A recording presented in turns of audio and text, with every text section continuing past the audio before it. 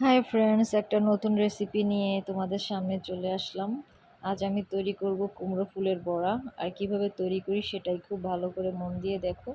আমি আগে থেকেই ডাল ভিজিয়ে রেখেছিলাম, তারপরে ব্লেন্ডারে দিয়ে সুন্দর করে ম্যাশ করে নিয়ে এখন আমি এর ভিতরে পরিমাণ মতন লবণ দিতে হবে, স্বাদ মতন। তারপর পরিমাণ মতন হলুদের গুঁড়া দিতে হবে, দিয়ে একসঙ্গে আমি একটা চামচের সাহায্যে এটা খুব সুন্দর মিশিয়ে নেব। তোমরা অবশ্যই এটা আগে থেকে খুব সুন্দর করে ম্যাশ করে নেবা। তারপরে আমি আগে থেকে কেটে রাখা পেঁয়াজ, ঝাল কুচি একসঙ্গে দিয়ে খুব সুন্দর করে মিশিয়ে নিচ্ছি।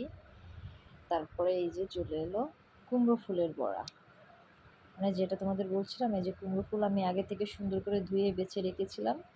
এবার আমি এক এক করে ভালো করে বেসনের সাথে মাখিয়ে ছেড়ে দেব। দেখেন কি সুন্দর লাগতেছে, যেমন দেখতে সুন্দর তেমন খেতেও সুন্দর। এভাবে আমি একটা একটা করে 4টার মতন একসঙ্গে ভেজে নেব।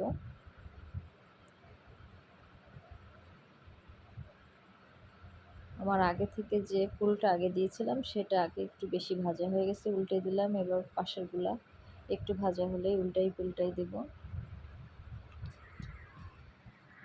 বন্ধুরা অবশ্যই তোমরা বাসায় এভাবেই কুমড়ো ফুলের বড়া